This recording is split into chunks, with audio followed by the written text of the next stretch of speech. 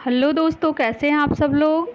आशा करते अच्छे होंगे। स्वागत है आप सबका एजुकेशन चैनल पर, जिसमें हम देख रहे हैं भाषा सागर कक्षा 3। वीडियो को देखने के लिए चैनल को लाइक शेयर सब्सक्राइब कर लीजिए।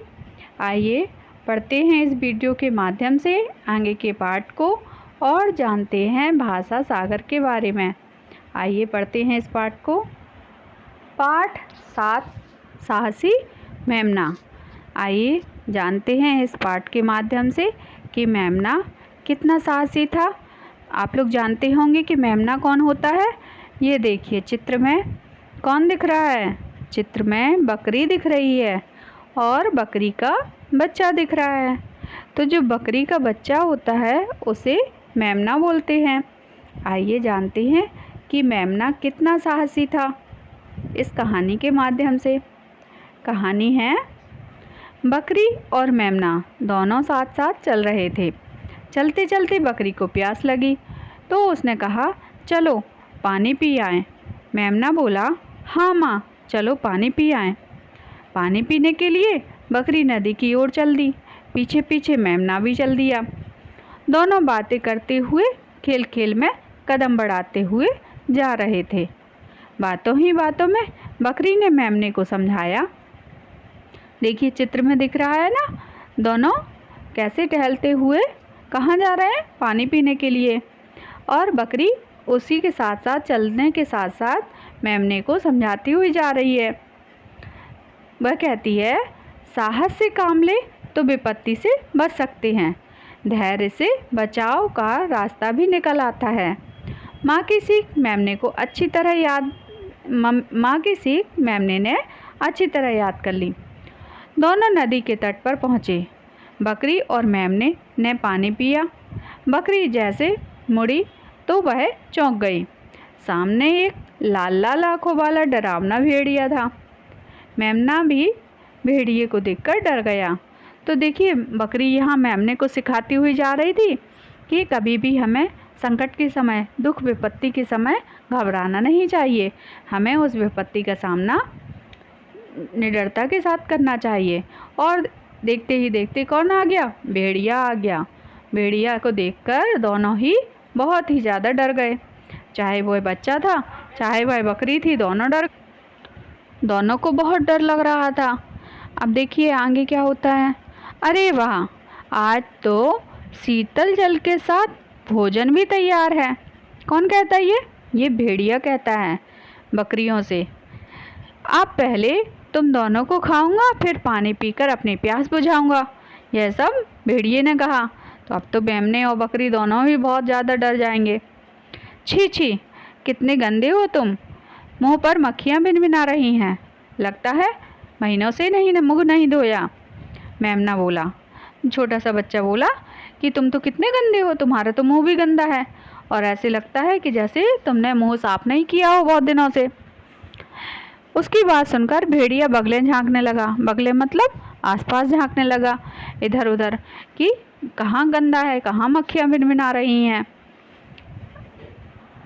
अब बकरी कहती है, जाने दे बेटा, हो सकता है भेड़िया दादा ने मुंह न धोने की कसम खा रखी हो। बकरी ने बात बढ़ाई। अब देखिए दोनों उसको चिढ़ाते हैं और कहते हैं कि शायद उसने कसम खा रखी हो मुंह न धोने की, इसलिए ना मुंह धोया हो। अब तो भेड़िए को अपने पर शक होने लगता है। क्या कहती हो, मैंने अभी थोड़ी देर पहले मुंह साफ किया था। दुरात्मा, भेड़िया गुर्राया। अब भेड़िए को उनकी बातों पर गुस्सा आ गया और वह बोला, मैंने तो अभी हाल ही मुँह धोया है, तुम लोग कैसे बोल रही हो कि मैंने मुँह नहीं धोया। फिर झूठे कहीं के मुँह धोया होता तो क्या ऐसे दिखते, नदी में झाँक कर देखो, अभी जान जाओगे। हिम्मत बटोरकर मेमने ने कहा। अब मेमना छोटा सा बच्चा, वह तो बहुत तेज़ घबरा रहा था, लेकिन उसने घबराते हुए भी अपने आप पर कंट्रोल रखा और बोला कि तुम क्या सोच रहे हो, तुम नदी में मुँह तो देखो पहले जाकर, तो तुम्हें पता चलेगा कि मैं सच बोल रहा हूँ कि झूठ बोल रहा हूँ। भेड़िया सोचने लगा, यह नन्हा मेमना भला क्यों झूठ बोलेगा। उसने धमकी दी, देखो मैं मुँह धोने जा रहा हूँ, भागने की कोशिश मत करना वरना बुरी तरह मारूंगा। अब देखिए भेड़िया मुँह धोने चला नदी में। बकरी ने प्यार से मेमने को देखा और फिर बोली, महाराज, हमारा तो जन्म ही आप जैसों की भूख मिटाने के लिए हुआ है। आप तसल्ली से मुँह धो लें। यहाँ से 20 कदम आगे पानी एकदम साफ है। हम आपके साथ ही चलते हैं। तो देखिए, उसने भी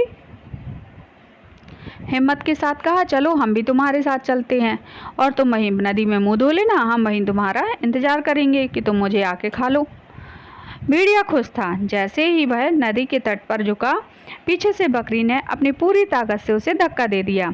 भेड़िया अपने को संभाल नहीं सका और वह पानी में जा गिरा। उसके गिरते ही बकरी ने वापस जंगल की ओर दौड़ने लगी। पीछे पीछे मेमना भी दौड़ा। सुरक्षित स्थान पर पहुंचकर दोनों रुके। बकरी ने प्यार से मेमने को देखा। दोनों के चेहरे पर उल्लास और आत्मविश्वास था।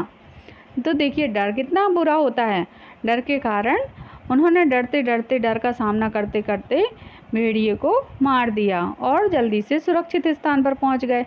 और दोनों ही एक दूसरे को आत्मविश्वास के साथ कि हमने भी डर का सामना कर लिया, धैर्य के साथ। बकरी ने मेमने से कहा, कुछ समझे? हाँ, साहस से काम ले तो खतरा टल सकता है, बकरी बोली। शाबाश, दोनों खुश थे। तो देखिए, यहाँ हमारी ये छोटी सी स्टोरी हमें सिखाती है कि हमें कभी भी विपत्ति में डरना नहीं चाहिए, उसका सामना करना चाहिए। सामना करने से सारी विपत्तियाँ दूर हो जाती हैं, जैसे कि बकरी और मेमने ने किया। यहाँ हमारी यह स्टोरी ख़त्म होती है। आगे की वीडियो में इस पाठ के अभ्यास कार्य को करेंगे और जानेंगे इस पाठ के बारे में। इसका नैतिक मूल्य है, मुसीबत के समय विवेक और धैर्य से काम लेना चाहिए। तो बताया है ना इस कहानी में कि मुसीबत में हमें घबराना नहीं चाहिए। तो यहाँ हम इस वीडियो को समाप्त करते हैं। धन्यवाद।